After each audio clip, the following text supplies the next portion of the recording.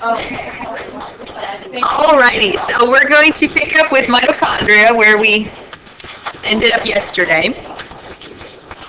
Alright, so here you go. Mitochondria, page 3. Okay, pause it. It's recording. That's weird. Alright, so the very end of mitochondria is where the function is. So you ready to see that? So highlight the function of mitochondria is to make ATP energy using glucose, basically.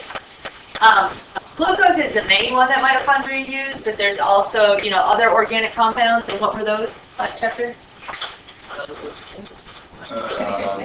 Okay, organic compounds, so like the bigger things, like glucose is a carbohydrate. Protein, lipids. So they can get energy from other things as well. Glucose is the main one that they use. Okay, and that's the main energy source for living things. Okay? So what mitochondria will do is, we eat our food, okay, and then the glucose gets put into the bloodstream. The blood takes it to all the cells let it into, through the cytoplasm, which we talked about, or through the transport proteins into the cytoplasm. We talked about that yesterday, right? And then, once it gets into the cytoplasm, then it begins the breakdown process, and then it enters into the mitochondria where it will continue to turn glucose into that ATP energy. Okay, this is actually chapter 7 where we will actually go through that whole process of how that works. So for now, we just need to know that that's what mitochondria are going to do. They're going to take that glucose and turn it into ATP. Now, if you look at this picture, mitochondria have a membrane, and not just one membrane. They have 2 membranes. They have what we call the outer membrane, and they also have the inner membrane. And so the inner membrane is, of course, this one, but it also is all these folds that you see in the middle of it. Okay, so if you see if you go back up to the top of your notes where it says mitochondria, you see how it says it's a double membrane organelle? Highlight that. Top of your mitochondria, right where mitochondria starts. Double membrane organelle. Okay, and so like I said, the outer membrane is, of course, on the outside, and then the inner membrane is going to be that part with all those folds. And those folds are called cristae. Very good. All right, so highlight that. The folds of the inner membrane are called cristae.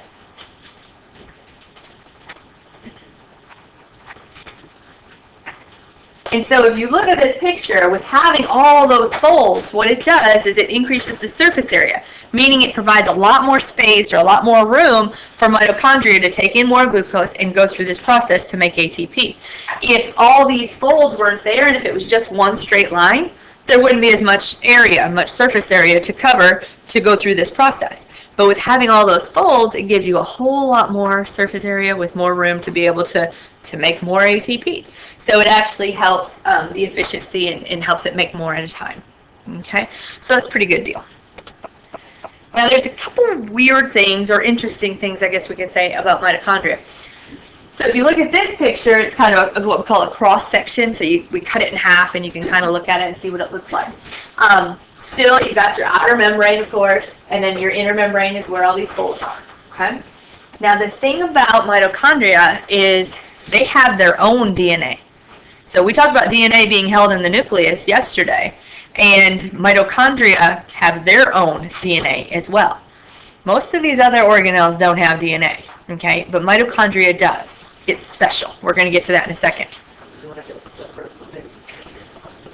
That is a great observation, and that's exactly what we're going to get to. And they do believe that the mitochondria were another living thing. So I'll talk about that in just a second. So first thing is that they have their own DNA. And the second thing that's pretty neat, I guess, about mitochondria is that they actually reproduce on their own. Where all the other organelles are controlled by the nucleus, remember the nucleus is the control center, all those other organelles are told by the nucleus to reproduce. Not these. The mitochondria reproduce on their own, and they reproduce from other mitochondria. So it's very similar to other things that we've talked about, and we'll kind of get to that in just a second. So as far as highlighting, we're not highlighting anything more under mitochondria really. but I just want to tell you a couple more things. So you see this, I don't know, it's more of a tan or a beige color around the folds. That's called the matrix, and it's basically just empty space. There's not a whole lot of it, but there's, it's empty space. And there's actually some reactions that'll take place too in the matrix. Once again, we'll talk about that later, but in chapter 7. So no problem there. All right, so the DNA, we said they have their own DNA, and it's a single circular chromosome. What did we talk about yesterday that was like this, a single circular chromosome? Bacteria, you're right. You're right. So prokaryotes, remember, have a single circular DNA molecule, okay? And that's what mitochondria have. And so when you made that comment, Nathan, I thought, well, maybe you read ahead, but no, you just were thinking, so that's good. Okay, so the Christe, everybody has that highlighted, right, about them increasing surface area. All right, so with mitochondria being this way, I guess you could say, having their own DNA, reproducing on their own, that got scientists thinking. It got them wondering, how or why did this happen? And so they kind of started studying these mitochondria a little bit more in depth, and they realized, or they, I guess, proved, they came up with this theory called the endosymbiotic theory. And remember, theories in science, what do we know about those? They're always true. They're tested and proven, right? So just because it, when it says theory and we're talking about science, that's more than one person has figured this out, okay? And they've all got the same results. So what we have here is this term called endosymbiosis, all right? Have you heard of symbiosis before, like symbiotic relationships between organisms?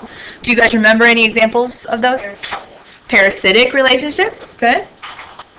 I don't know if you remember any other. Mutualism.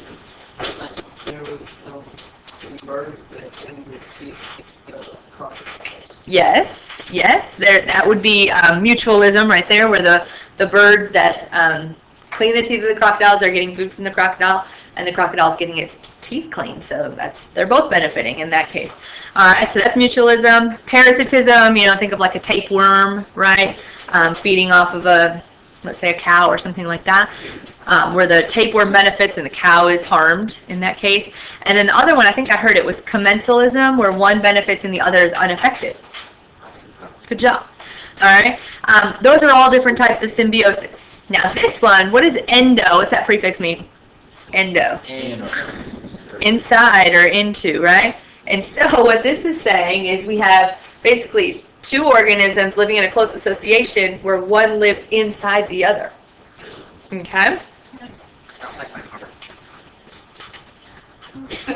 Alright, one organism living inside of another, and they're both going to benefit from each other. So we're going to talk about this. Yes?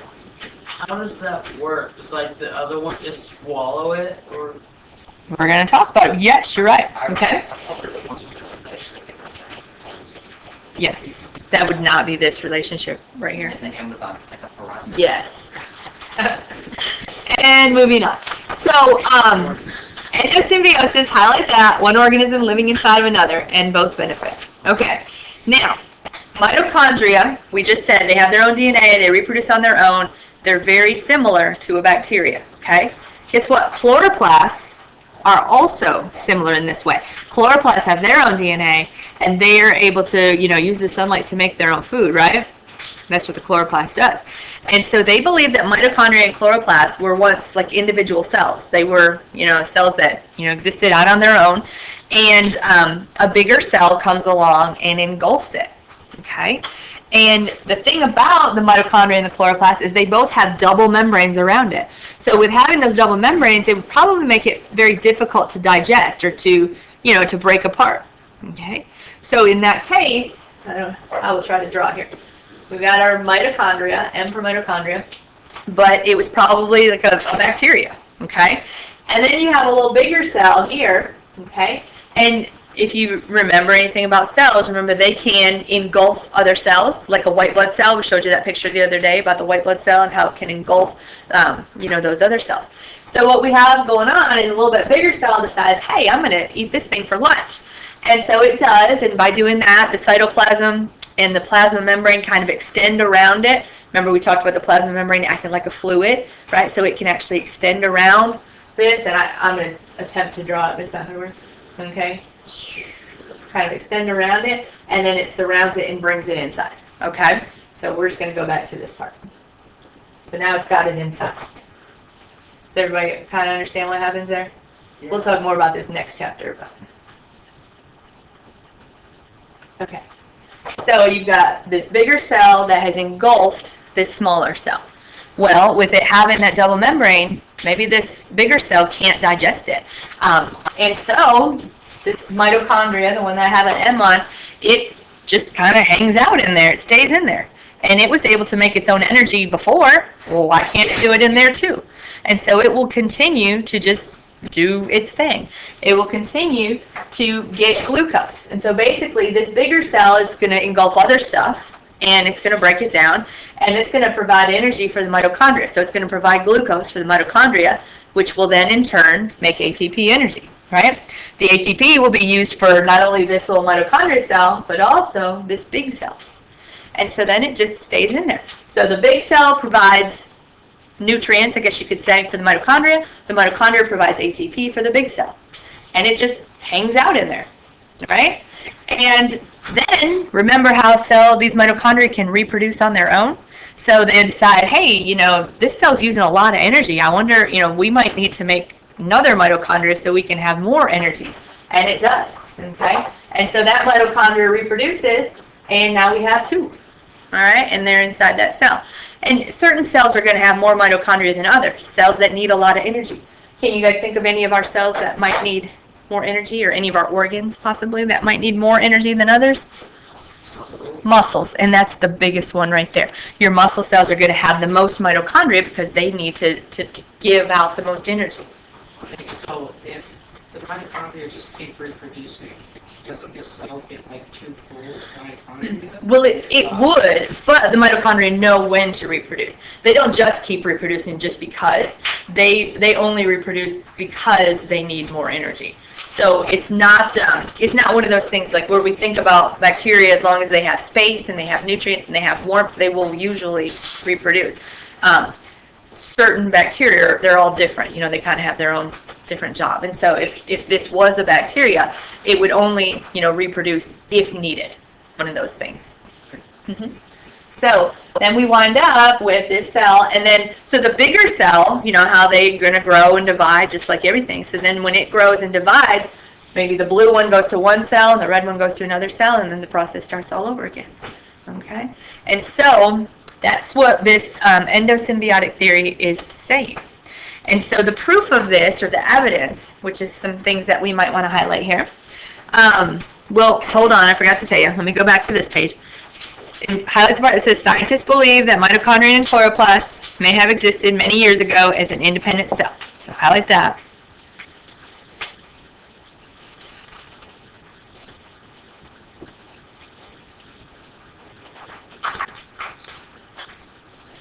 And then, right here. Now we're on the evidence, sorry.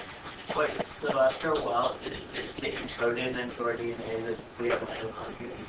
Well, yes, in a way. They have their own DNA, so they stay in the cell, and then when the cells reproduce, they're still in there, and then they reproduce on their own. So mitochondria have their own DNA. It's different from the DNA that's in your nucleus. But like with children, like how do they get it's just from the parents? The egg cell has some in it.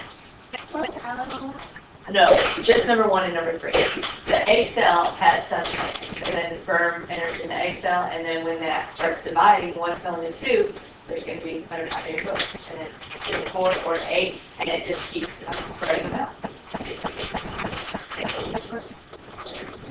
Okay. So number 1, and you might have highlighted it earlier, I don't know, but this is our proof, or our evidence that we believe this happened. Number 1 is because mitochondria has its own DNA, that single circular chromosome. All right. You don't have to highlight number 2, but know that the mitochondria, its DNA is single and circular, just like a bacterial cell.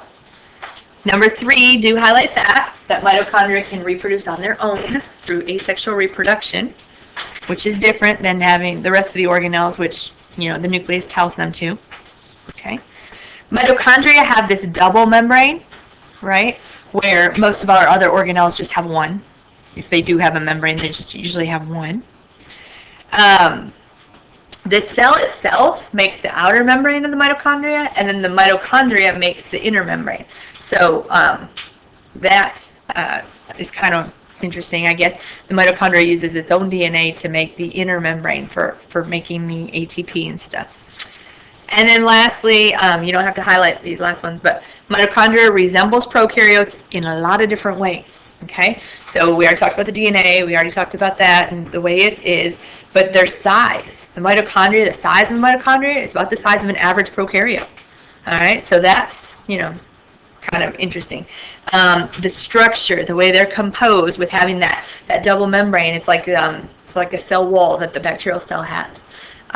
The way that they can make their own energy, just like a bacterial cell can. All of those things is pretty good evidence that this could have happened, okay?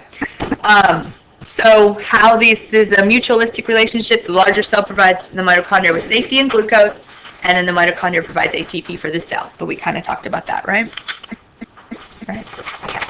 And then one more thing that we also want to talk about is because we mentioned chloroplasts too, right? Chloroplasts are very similar. We haven't talked about them yet. We'll get to the plant organelles soon. But they believe this happened twice. Once with the mitochondria, and then another time with to make chloroplasts. And chloroplasts, they believe, are a bacteria called cyanobacteria. It's a photosynthetic bacteria. Can survive on its own, but if it were to be engulfed with having that double membrane and stuff, it might not have been digested either. And so that's kind of what they think, that it happened 2 times. So highlight that. I think it's almost the last paragraph right above that, ribosomes. Scientists believe that this endocytosis event may have taken place twice. And you might want to say once for the, well, it's on there if you don't have to highlight it, but the first time was for the mitochondria, and then the second time was for the cyanobacteria, which would have made chloroplasts. And there's where we have plant cells. Because plant cells have both, right? They have mitochondria and chloroplasts.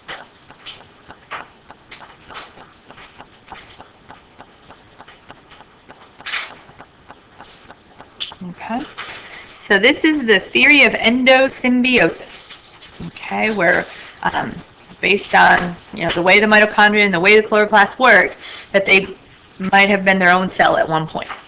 Okay, all right, I guess that brings us to ribosomes. Everybody ready? You okay? All right, so ribosomes, remember, their job is to make proteins. I just got a whole bunch of stuff. I'm just going to put it all up here, and then we'll just talk about it. Okay, we'll kind of go in order. Let's start with their structure. Ribosomes are going to be the smallest organelle. Okay, so that's the first thing we need to highlight. They are the smallest of all the organelles. The second thing about ribosomes is that they're made up of RNA and protein. So that nucleolus, what it does is it takes proteins and it takes RNA and it combines it all together to make this ribosome. So highlight that. It's made of RNA and protein. And this could potentially be 3 questions. A little heads up right here. The smallest, the made of RNA and protein. And then the third thing is that these ribosomes lack a membrane. So these are not a membrane-bound organelle. So they are not bound by any membrane.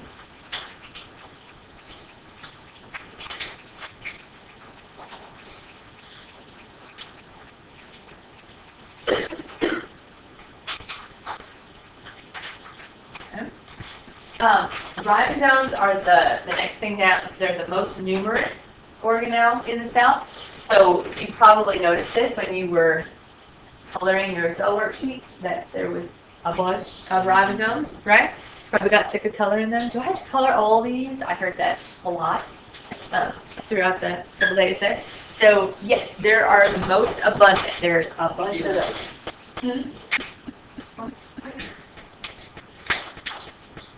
Okay. Function. So dropping down there. The function of the ribosomes is to make proteins. So highlight that part.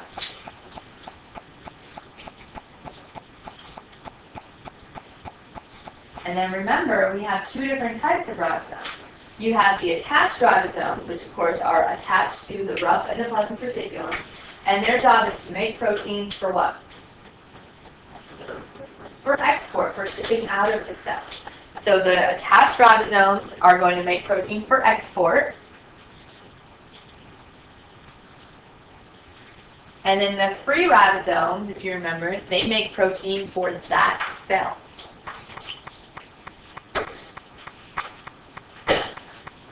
So highlight that. So the attached ones make it for other things, and then the free ones make it for the cell that it's in. Yes. And when we say for other things, it could be, like for instance, you remember hemophilia. You remember that? It was they're lacking that blood clotting protein. Okay. All right. Well, maybe one of our cells, or many of our cells really, would make it, and they would ship it out of the cell into the bloodstream. Okay. So that would be an example, something like that. Also, I forgot to mention this when we talked about this, that the ribosomes do not have a membrane around them. Okay, so that means since they're not a membrane-bound organelle, they're going to be found in all organisms. And I think I touched on that when we were looking at the prokaryotic cells the other day, that they also had ribosomes. So remember, ribosomes are going to be in both. Wait, so do all cells get stuff from the bloodstream? Our cells, yes. Yes. So the bloodstream carries around all the glucose, all the nutrients, all the things that we need. Everything the cell needs is in the bloodstream. Right, water.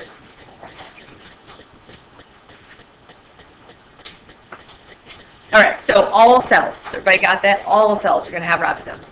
So if you can remember, let's see if we can go back. What were there was definitely two things that all cells, no matter what, we're going to have. Anybody remember what those were?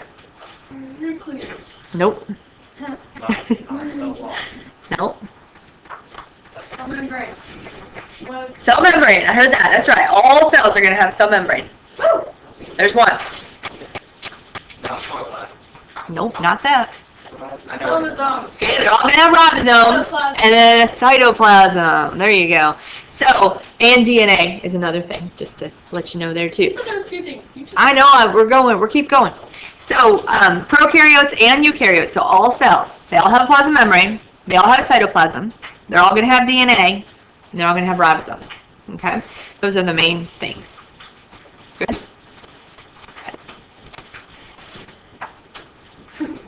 All right. Endoplasmic reticulum. All right, what are the two types of that? Rough and smooth. Okay, just making sure. All right, function. So that's kind of its own little thing, but let me just put all this up here. Okay, highlight this. You see here at the very under structure, it says a system of membranous tubes called cisternae. Highlight that.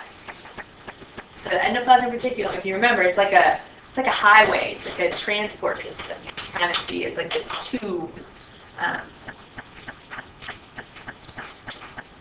All kind of wound around each other. That's what it looks like. So it's these flat tubes. They wind around the cell. They attach to the cell membrane most of the time. And those flat tubes are called cisternae. So this is another one of those C words that we'll need in there. Cistern. It's not on there? It's on the Okay, write it in there. It's on the other. Oh, it might be with Golgi. Is it with Golgi? Yeah. Because the Golgi and the endoplasmic both have it, but No, it's on functions. It's as cisternae. There you go. We did that. And if you don't know what cisternae are, you might want to highlight at the top where it says just put in that those are called cisternae.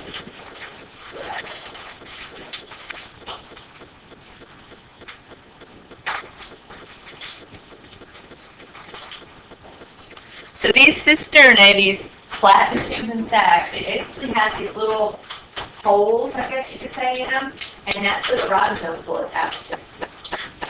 So kind of neat how these work. They have these little holes, or I guess they're called pores, most likely, where the ribosomes are going to attach to, and then the ribosomes kind of sit attached, obviously, to the rough ER, and they just sit there and make protein.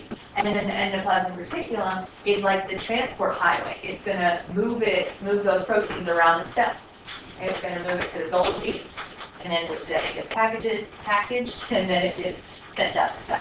Okay. So it's like a highway, basically.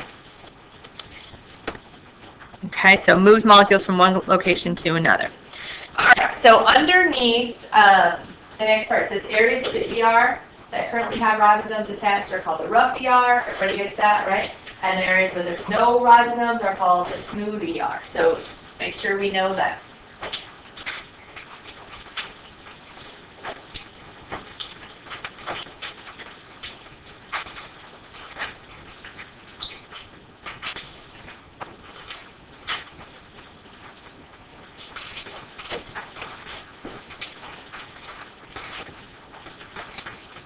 All right. We wrote this up, sure. I didn't highlight anything inside the endotoxin other than the body part. Is that right? No, you talked. I would have highlighted a system of membrane tube, and out above it I would write called cisternae. I thought it On the was- first page, like, the very first sentence. I don't know, I just don't know how to spell cisternae.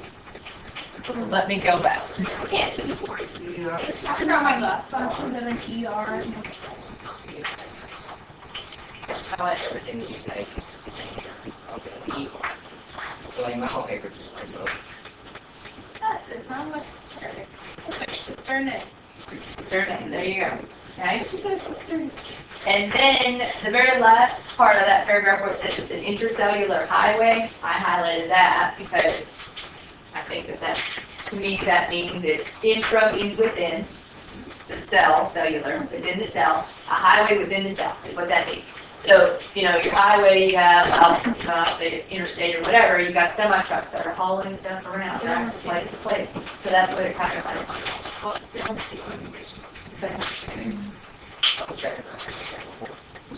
me or you? No, in general. Oh, well, they got to get places too.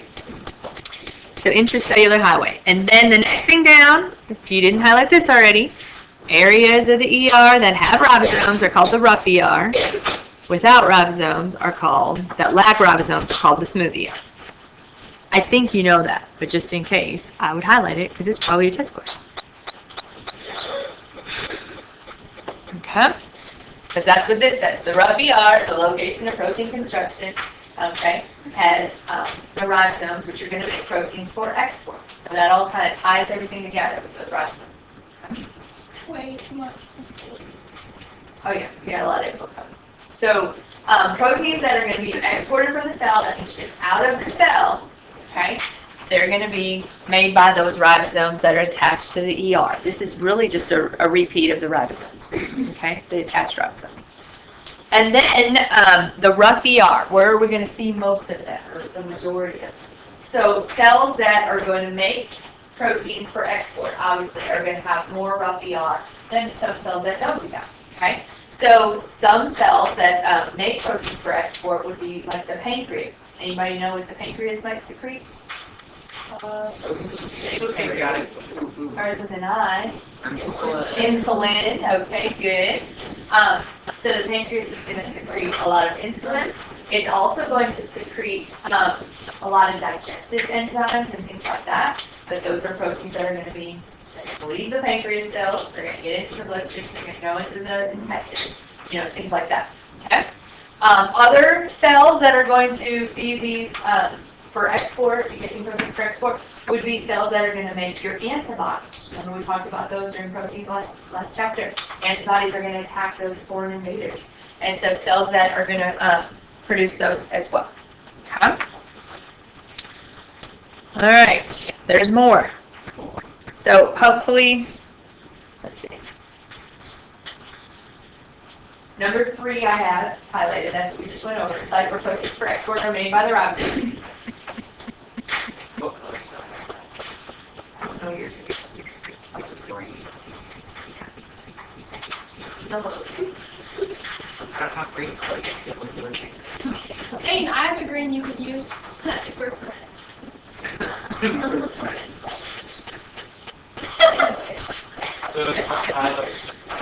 Look at these two green. Number 3 so far, yes. Highlight that one. Mixed green, okay. Yeah. All right, smooth ER. Okay, so we talked about the rough ER. Its job is to make proteins for export. Okay, that's what the attached ribosomes do, and then the rough ER helps to move them around. Smooth ER, it's going to build the lipids. Okay, lipids, remember, are fats, oils, and waxes, right? And so be in there somewhere. Lipids. Lipid or carbohydrates. There you go. Another thing is, this is the one I want you to highlight. Smoothie R is going to help with detoxification. Yes, number 5. Detoxifies harmful compounds that enter the cell. And then does it say smoothie R at the end? Yes. Perfect. Okay. So the smooth endoplasmic reticulum. So, what would be some toxins that you might have in your body? I don't see it. Brimstone and treacle. What's in the musical? Yes. Hopefully we're not eating a whole lot of poison, but that would help. But you know. Okay. Some people, maybe not, hopefully not you guys, but some people expose their body to drugs and alcohol. Okay? Those are toxins to your body. And the smooth endoplasmic reticulum would help to get rid of those, or help to filter it out, get rid of it. Okay? So that's one example. So detoxifies harmful compounds. And then the next one, number 6, produces and releases calcium ions for muscle contraction. Kind of an important deal too, for your muscles to, contract and, relax, and to contract and relax. For them to work, we've got to have calcium ions.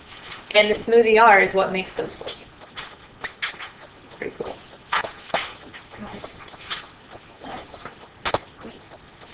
No ribosomes, of course, on the Smoothie R. We talked about that. And most cells don't have very much smooth endoplasmic reticulum. Well, hopefully we're not exposing our body to a whole lot of toxins. And the lipids that we make, like the cholesterol and things like that, you get a lot from your food, okay, already. So you've got that. But people that, okay, so you guys know what the word tolerance is, right? So people that, let's say, do drink a lot, okay, maybe they started out with 1 and for a couple weeks, and then they 2, they build up a tolerance. Well, what's happening is they're actually getting more smooth endoplasmic reticulum that's helping to detoxify it. So that's how people build up a tolerance, is by getting more Smoothie R in your cells, like your liver and places. Kind of weird how that works. Okay. So, that is what I have for the ER. And highlight number 7, if you hadn't already, have cisternae. Okay. All right. I'm going to pass out this cell crossword.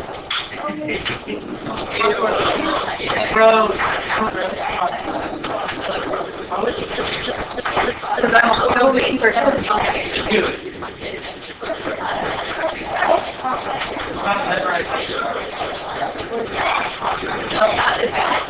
well, if you're cell later,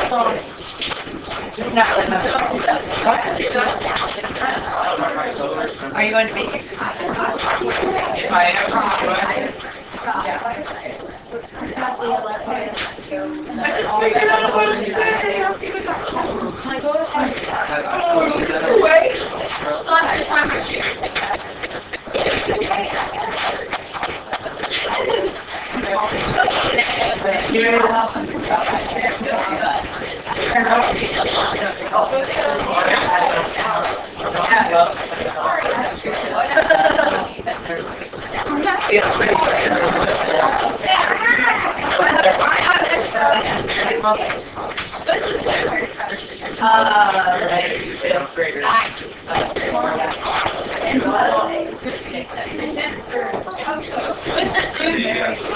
I said, let's say Tuesday, that this will be there.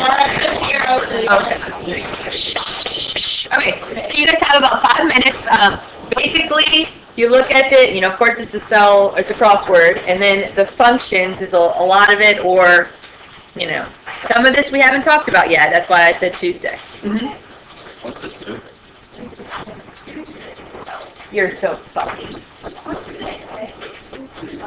Today is 15. I'm guessing we don't have it. 12:03. I put 20 on the year. Wow. I think you're still good, so you can see the haters. Yeah. After There you go. I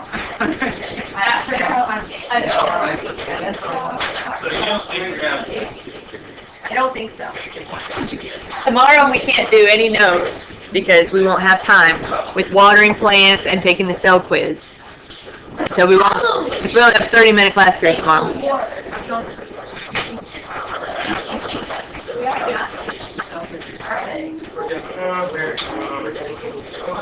Are you still recording? I'm the piranha. I live in that.